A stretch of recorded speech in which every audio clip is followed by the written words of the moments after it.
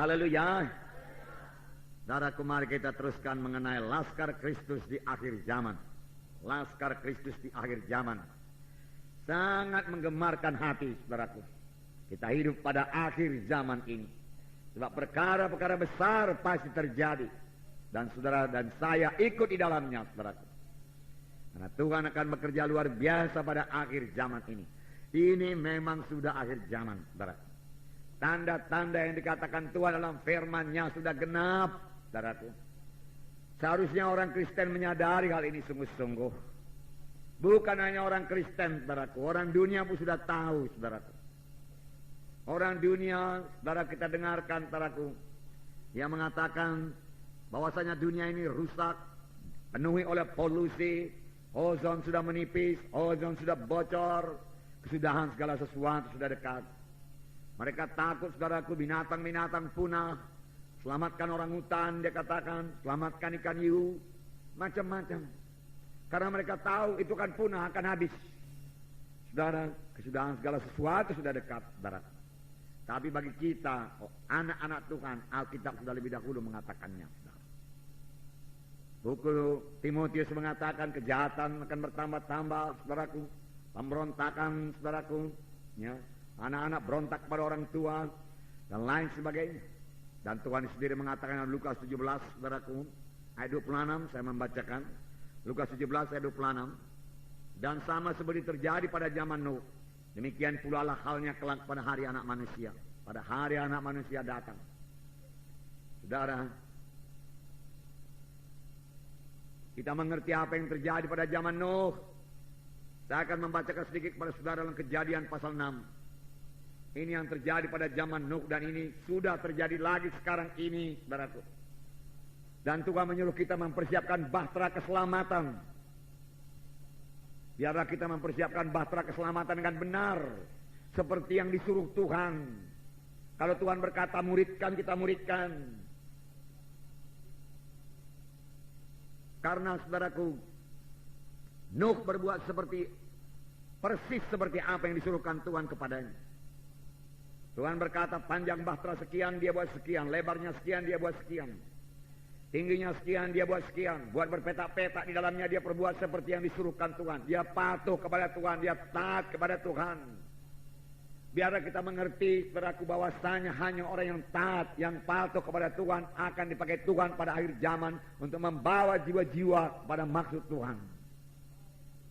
Biarlah kita belajar patuh kepada Tuhan, saudaraku. Patuh kepada pimpinan, saudaraku, dalam tubuh Kristus, saudaraku. Saya tidak minta saudaraku dijunjung tinggi, saudaraku, tidak, saudaraku. Saya lebih suka pun melayani, memang saya melayani. Maka semua kita pelayan-pelayan, saudaraku. Saudara, saya percaya kita ini tidak mengejar kedudukan, saudaraku. Kita mengejar panggilan Tuhan supaya sampai dalam hidup kita. Amin, saudara. Ya, saya bacakan Kejadian pasal 6 ayat 5. Ketika dilihat Tuhan bahwa kejahatan manusia besar di bumi dan bahwa segala kecenderungan hatinya selalu membuahkan kejahatan semata-mata. Nah, saudaraku, banyak kejahatan. Ya, kejahatan manusia besar. Ya, kecenderungan hatinya selalu membuahkan kejahatan semata-mata. Saudara, saya baca tadi kepala berita di koran, tapi saya tidak baca ceritanya, saudaraku. Dikatakan, saudaraku, ada perampok yang membunuh, saudaraku, suami istri tukang bakso, anaknya 4 orang kecil-kecil, saudaraku. Sampai hati dia membunuh, berapakah dapatnya? Kejahatan bertambah-tambah. Ya, kejahatan bertambah-tambah. Ini hanya contoh kecil yang bisa kita lihat, saudaraku. Ya. Ayat 9, inilah riwayat Nuh. Nuh adalah seorang yang benar dan tidak bercela di antara orang-orang sejamannya, dan Nuh itu hidup bergaul dengan Tuhan. Haleluya. Biarlah ini menjadi hidup kita pada akhir zaman ini, saudara, hidup bergaul dengan Tuhan, hidup bersekutu dengan Tuhan, hidup berkata-kata dengan Tuhan. Amin, saudara. Ini bisa kita laksanakan dengan bahasa roh, kapan saja, di mana saja. Kita merasakan hadirat Tuhan. Kita mendengar suara Tuhan, kita mematuhi Tuhan, dan kuasa Tuhan mengalir kepada kita untuk melayani. Hikmat Tuhan berikan supaya kita bisa melayani, supaya kita bisa bersaksi.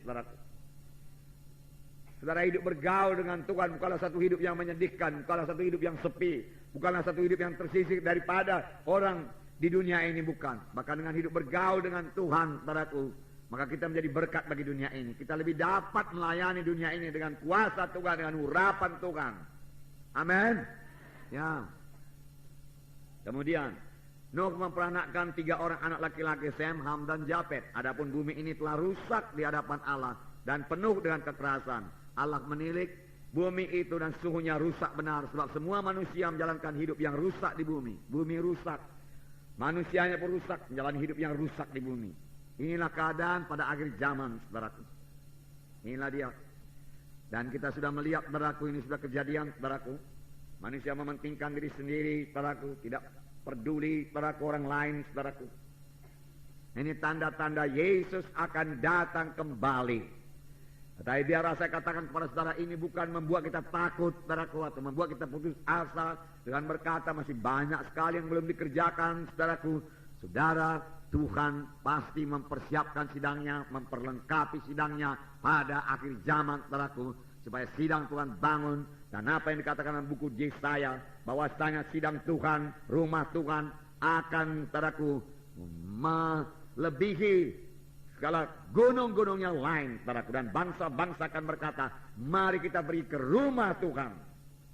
Tuhan sendiri akan mengirim jiwa-jiwa kepada keselamatan, saudaraku. Sama seperti Tuhan mengirimkan binatang-binatang, saudaraku, masuk ke dalam perahu Nuh. Dan kemudian perahu ditutup, saudaraku.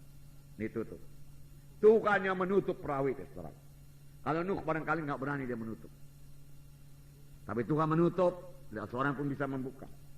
Saudara bisa membayangkan betapa pilunya, betapa sedihnya, jeritan orang-orang yang di luar perahu itu. Tetapi perahu tidak bisa dibuka lagi. Buka Nuh, Nuh buka perahu, aku pamanmu Nuh. Aku abangmu, abang kandungmu Nuh, buka. Aku bertobat sekarang Nuh. Mati laku ini Nuh, mati. Betul yang kau bilang dulu Nuh, betul. Aku yang bodoh selama itu Nuh, aku gak mau kau ajak masuk dalam perahu. Sekarang bukalah Nuh, buka. Betapa ngerinya, betapa pilunya itu, saudara. Tapi pintu sudah tertutup. Saudara, pada waktu Yesus datang, saudara, keselamatan sudah tertutup, saudara. Itu akan jadi, saudara. Oleh sebab itu sekarang inilah waktunya, saudara, kita menyelamatkan sebanyak-banyaknya, saudaraku. Saudara-saudara kita, famili-famili kita, saudaraku. Selamat lahir baru menjadi anak-anak Tuhan. Itu juga sebabnya, saudaraku, dalam pemberkatan nikah, saudaraku, kita adakan altar call. Ya, puluhan, saudaraku, ratusan jiwa-jiwa sudah selamat dalam beberapa kali, 6 kali pemberkatan nikah ini, saudaraku. Berita pun berita keselamatan, saudara. Hanya sedikit berita, saudaraku, mengenai rumah tangga, saudara. Karena rata-rata yang diberkati juga sudah mengikuti pelajaran selama 6 bulan, saudara. Dan itu kesempatan. Dan banyak mereka selamat, saudara. Banyak yang nyata-nyata selamat.